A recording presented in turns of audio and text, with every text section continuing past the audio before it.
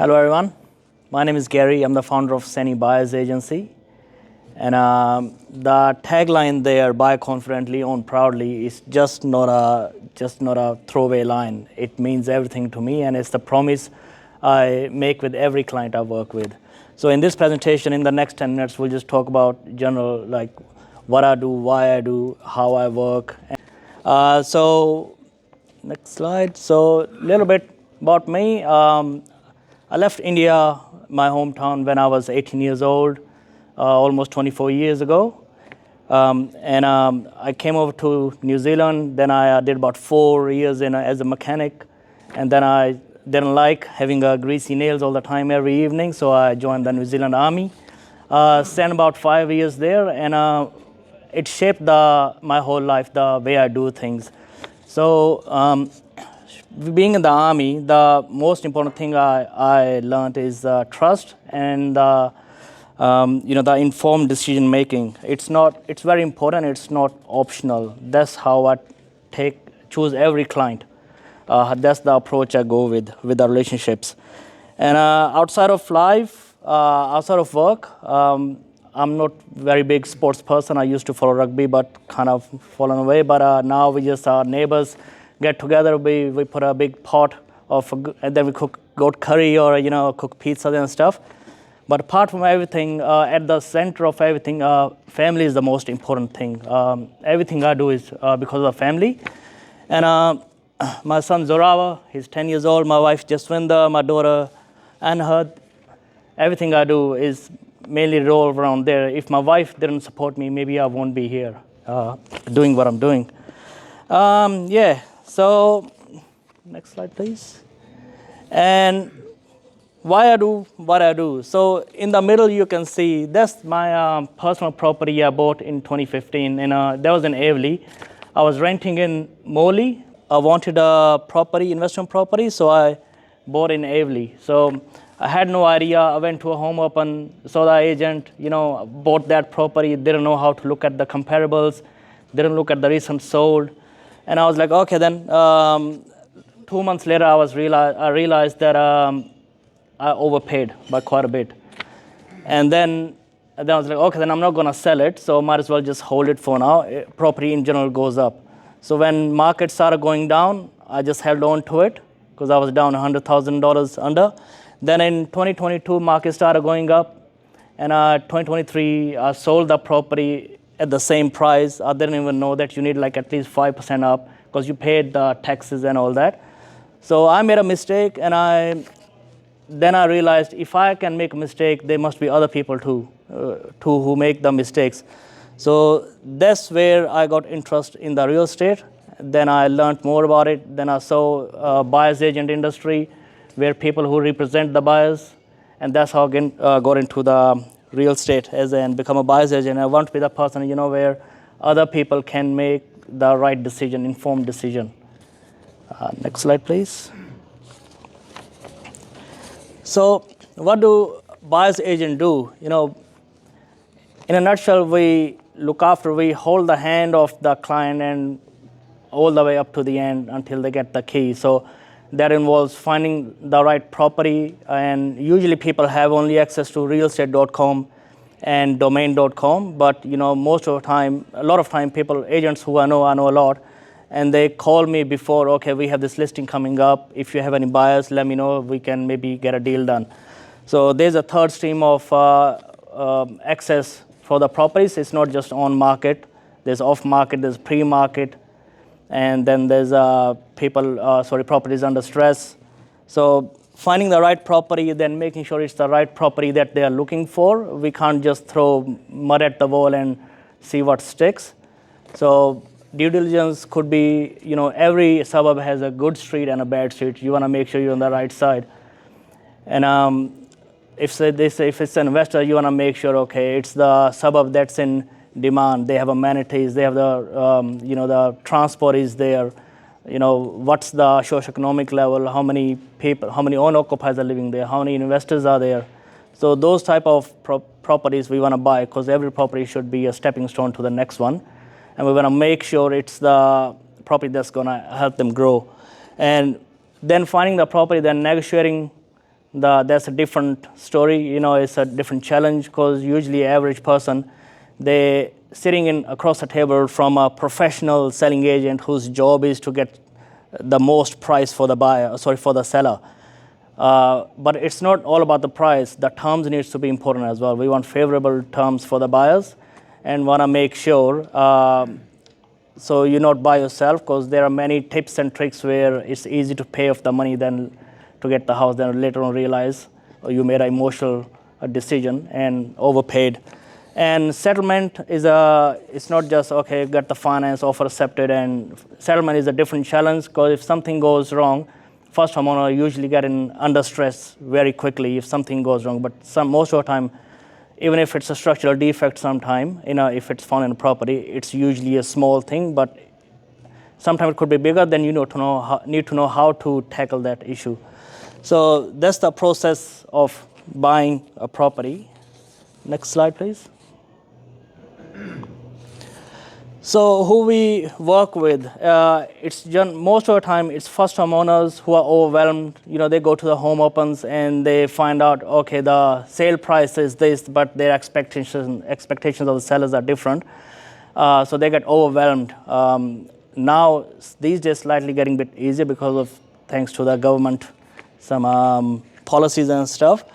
But people who are not sure what to do, and a lot of time people, they have no idea what they're doing, but they just need someone in their corner who knows what's happening in the market. Knowing the suburb is very important. And with investors, a lot of investors these days, they have equities in their properties, but they're unsure what type of asset to invest in or what type of property. A lot of time people think, oh, we need $1 million. You don't need $1 million. It depends. The figures need to make sense. The rental income needs to make sense. So, and sometimes people, they just don't have the time.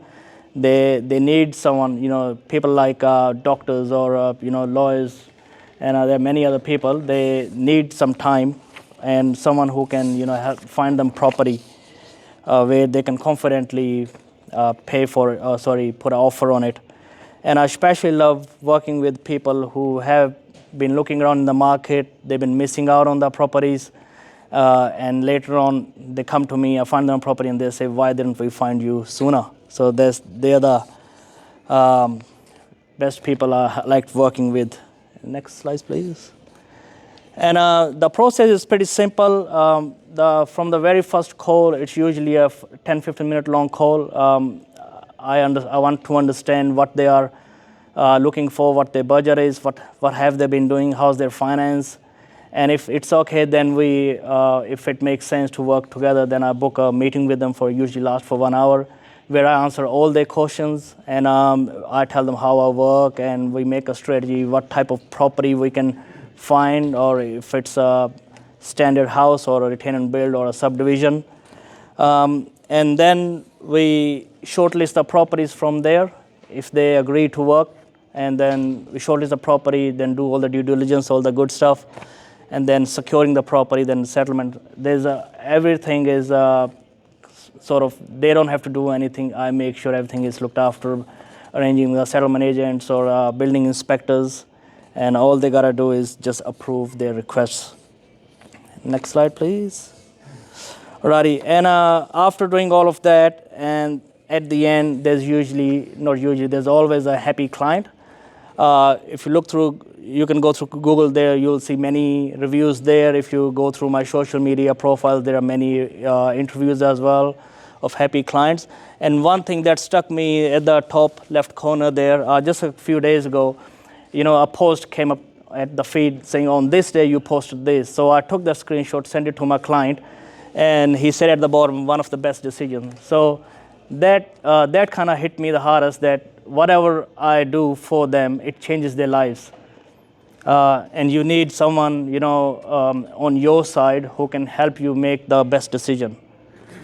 And next slide, please. And ideal referrals are usually pretty self-explanatory. People who doesn't know where to start.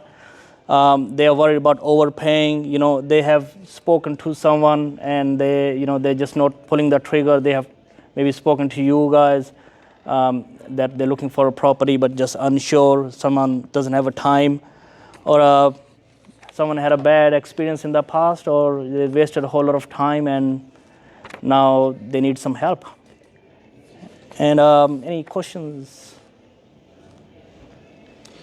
How did you learn or develop your knowledge and skills to become a buyer's agent?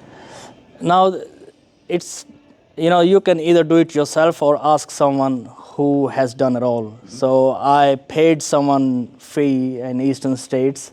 There's a guy called Ben Handler. He ran a buyer's agency. So I learned everything from there. So he puts you on that track and you just got to push yourself from there. He tells you how to do everything, how to run the business. So it's been a big help instead of me doing by myself. Great, thank you. When you're taking your clients through other property, I assume you do by appointment and home opens, are you seeing lower numbers at the viewings? On the home opens, you'll be lucky if you can get 5 people in these days in any home opens that I'm noticing. So I usually do that. I don't want to take my clients to every home open, and if the property makes sense, then I take them to the home open. Most of the time it's at the time that suits them, so I request a private viewing if it's possible. If not, then we go to the home open. But in general, these days there are very few people, less buyers, people are unsure. Can I ask just one more? Go for it, Kate. You service all the cars?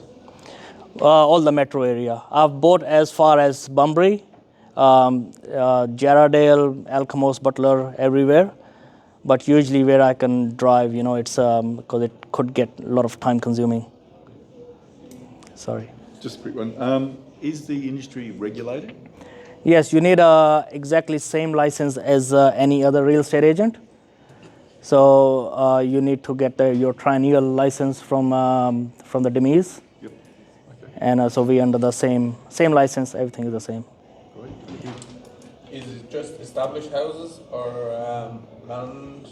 Do you cover everything to do with build? Established houses, and if someone want to subdivide, retain and build, or they want to demolish, put 3-4 houses. So that's all I do for now. I don't do big, sites with 30-40 lots where you need structure plans and all that. So slowly, maybe in a year or so, I'll spread the wings. Thank you. Yes. So, who are your major client base? Like people who are from the eastern states, or people who are from Perth? Because people in Perth, the buyers in Perth, they have the opportunity to go for home opens and bid themselves. So, how do you work with this? Because an eastern state investor, he might not be able to come for property. So, how do you work on that? In my 2-year career, I've done around 55 or 56. I helped this amount of people, and only one person has been from Sydney, and I've known him for many, many years. So he was a friend, and all the people are locals who reach out to me, mostly from social media. I do a lot of social media, and I just try to give them knowledge. And people need help, and it's been a tough market here in Perth over the last couple of years. So people reach out, they need someone, someone who can support them. Yeah. Thank you, guys. Good. Thank you.